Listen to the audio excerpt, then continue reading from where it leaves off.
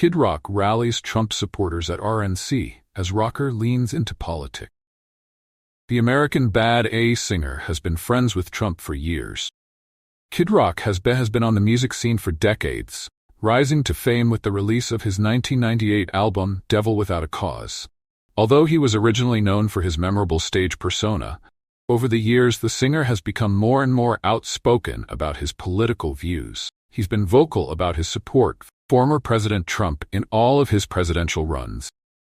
He performed the final night of the Republican National Convention, just ahead of Trump's speech this week. For the convention, Kid Rock redid his 2000 song, American Bad A, to include references to Trump. He began his performance by asking the audience to stand and raise a fist before leading it in chants of "Fight, Fight, Trump, Trump." One notable lyric change happened toward the end of the song.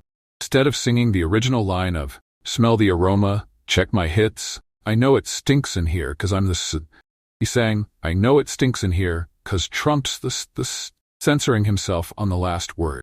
In the chorus, the song typically has a chant of "Hey, hey." But this time, Kid Rock urged the audience once again to yell Trump's name and fight.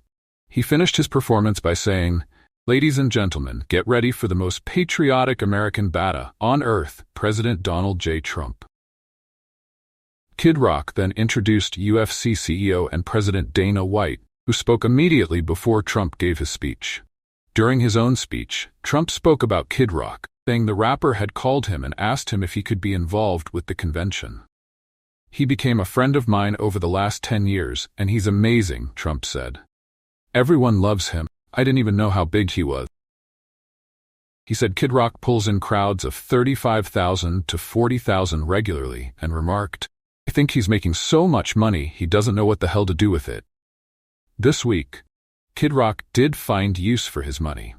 He donated $50,000 to a fundraiser created to offer support to those wounded in the July 13th shooting in Butler, Pennsylvania, during a Trump rally. Trump has authorized the fundraiser, which has raised over $6 million, well over its original goal of $1 million.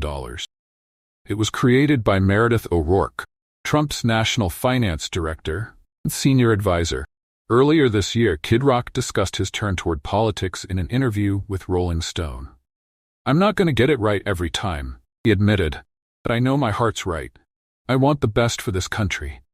"I knew that could be a career ender," he said, of becoming a vocal supporter of Trump, "but I was betting that there were a lot of like-minded people out there. That mother likes to win, likes to cheat in his golf game. I want that guy on my team. I want the guy who goes, 'I'm going to fight with you.' I'm one of the polarizing people, no question. Sometimes I beat about other people, then I look in the mirror and I'm like, oh yeah, why don't you shut the f*** up too?" Last year, Kid Rock made waves by making another political statement when he shot up a number of Bud Light cans after Anheuser-Busch released a marketing promotion with transgender influencer Dylan Mulvaney. Kid Rock discussed the controversy during a November episode of Hannity, telling host Sean Hannity he is uncancelable.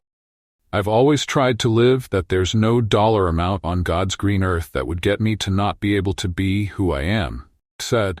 He explained that his issue wasn't with Mulvaney, but with Anheuser-Busch. "We can coexist in public places," Kid Rock said of Mulvaney. "You might not be my first dinner invite, you know what I mean? And I'm probably not yours. I'm cool with you. That's how most people are." While Kid Rock achieved mainstream success in the late 90s, with songs like Boat Daba and Cowboy, he'd actually been releasing music for many years at that. The Michigan-born musician first established himself in the Detroit hip-hop scene in the late 80s as part of the Beast Crew. At 17, he signed his first record deal with Jive Records, but it didn't last long. Mike E. Clark, a producer who cut his first demos, told the Detroit Free Press in 2015 he was dropped by the label when Vanilla Ice came out and stunk things up in 1990, something that he said devastated him. Music attorney Tommy Valentino told the publication, his attitude now was, "I'm not going to count on any record company to make me a star." His second and third albums were released by independent labels, and, during this period, Kid Rock continued to develop his sound.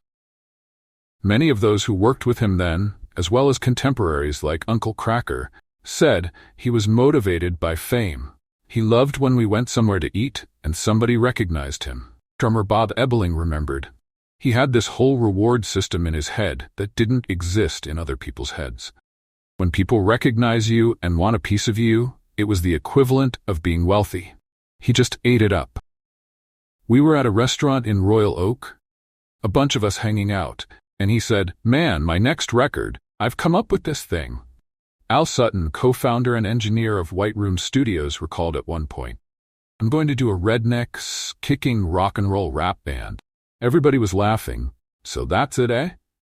As fans will recognize, this became the style of music he was known for. He was signed to Atlantic Records in 1997 after executives watched him perform live, and the next year he released Devil Without a Cause, his breakthrough album. He's been a household name ever since.